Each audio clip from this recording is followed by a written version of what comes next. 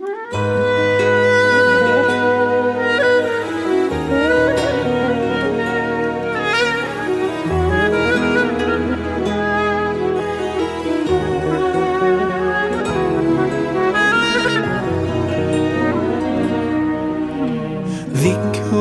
وموعظة ونور فيه شفاء للصدور وشفيعنا يوم النشور آياته تروي المدى وصفاته نبع الهدى نلقى ورحمة الله وبركاته.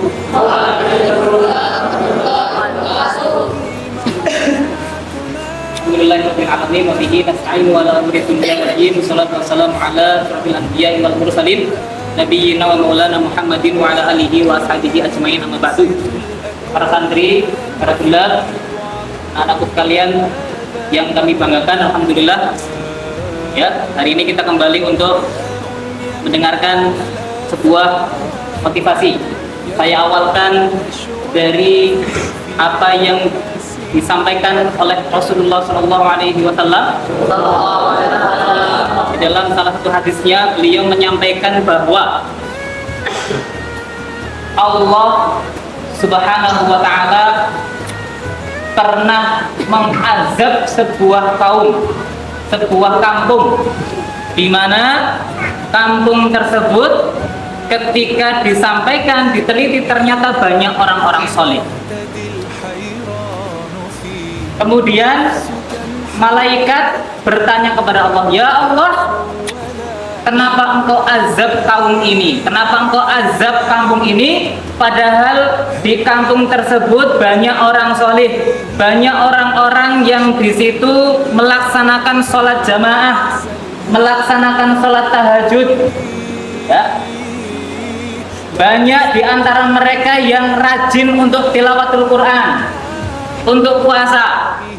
Kata Allah, mereka orang-orang yang beribadah dengan baik itu, maka berikan juga azabku kepadanya. Malaikat bertanya, "Kenapa ya Allah?" Allah menjawab, "Karena mereka egois. Mereka beribadah untuk diri mereka sendiri. Tetapi ketika orang-orang di sekitarnya melakukan kemungkaran, mereka diam. Mereka tidak mau menjadikan orang-orang di sekitar mereka yang melakukan kemungkaran itu bersama-sama dengannya untuk beribadah, untuk bersama-sama taat kepada Allah, untuk bersama-sama takwa kepada Allah. Maka berikanlah azabku kepadanya juga." Teman-teman sekalian, ini menjadikan tanda bagi kita bahwa sekedar berbuat baik untuk diri sendiri saja tidak cukup untuk menghindarkan azab Allah kepada kita. Ketika ada teman-teman kita di sekitar kita melakukan kemungkaran, melakukan kemaksiatan, kok kita diam karena kita pekewu sama dia, karena bukan urusan kita, toh dosa-dosanya dia, maka kita dinilai sebagai setan bisu. Apa itu setan bisu? Setan bisu adalah orang yang ketika melihat kemungkaran di sekitarnya, dia diam, tidak mau untuk mengingatkan, tidak mau untuk memberikan nasihat. Padahal ketika kita diperintahkan oleh Allah memberikan nasihat, itu adalah sebagai bentuk pertanggungjawaban kita yang mengaku sebagai khairu ummah. Kita umat Islam diberikan label, diberikan julukan sebagai sebaik-baik umat, bukan karena ibadah kita yang khusyuk, bukan karena tilawah kita yang bagus, bukan karena saum kita yang mampu untuk menahan lapar seharian, bukan, tetapi adalah karena kemampuan umat Islam untuk beramar ma'ruf nahi mungkar. Kuntum khairu ummatin ukhrijat linnas ta'muruna bil ma'ruf wa tanhauna 'anil munkar. Maka itu adalah perintah Allah untuk kita. Perintah Allah untuk kita. Untuk bagaimana? Untuk ketika kita melihat ada kemungkaran di sekitar kita, maka kita lakukan nahi mungkar. Ketika ada hal-hal yang kemudian menjadikan teman-teman di sekitar kita kurang semangat dalam beribadah, maka kita amar ma'ruf. Apa amar ma'ruf nahi mungkar? Amar ma'ruf berarti memerintahkan kepada yang baik, nahi mungkar melarang kepada yang buruk. Ya. Itu tugas kita. Adapun ketika orang yang kita nasihati, orang yang kita ingatkan itu kok kemudian berubah atau tidak, itu urusan Allah. Tugas kita adalah melaksanakan perintah Allah. Tugas kita itu.